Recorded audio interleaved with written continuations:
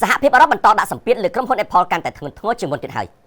មូលហេតុដែលក្រុមហ៊ុន Apple សម្រេចប្រើប្រាស់នៅរុន USB-C និងការផ្លាស់ប្ដូរជាច្រើនទៀតគឺដោយសារតែការបង្ខំដោយសហភាពអឺរ៉ុបកន្លងមកដោយនៅពេលថ្មីៗនេះគឺសហភាពអឺរ៉ុបក៏បានដាក់ច្បាប់ថ្មីៗបន្ថែមទៅឲ្យក្រុមហ៊ុន Apple ដើម្បីធ្វើការផ្លាស់ប្ដូរនៅលើ iOS 19និង iOS 20ខាងមុខនេះការកែប្រែធំៗដែលសហភាពអឺរ៉ុបតម្រូវឲ្យក្រុមហ៊ុន Apple សម្រេចចិត្តនោះគឺរួមមានចំនួន4ផ្នែកដោយផ្នែកដំបូងនោះគឺក្រុមហ៊ុន Apple ត្រូវតែអនុញ្ញាតឲ្យនាឡិកាឆ្លាតវៃរបស់ក្រុមហ៊ុនផ្សេងអាចធ្វើការដាក់បង្ហាញនិងចុចបញ្ជាជាមួយនឹងសារដំណឹងរបស់ iOS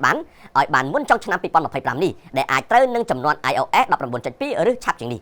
បន្ទាប់មកទៀតនោះគឺអនុញ្ញាតឲ្យកាសរបស់ក្រុមហ៊ុនផ្សេងៗអាចធ្វើការផ្លាស់ប្ដូរសំឡេងរវាងឧបករណ៍នីមួយៗរបស់ក្រុមហ៊ុន Apple បានលឿនដូចជា AirPods និង Beats សប្តាហ៍នេះដែរសហភាពអឺរ៉ុបគឺតម្រូវឲ្យបើកមុខងារនេះឲ្យបានមុនថ្ងៃទី1ខែមិថុនាឆ្នាំ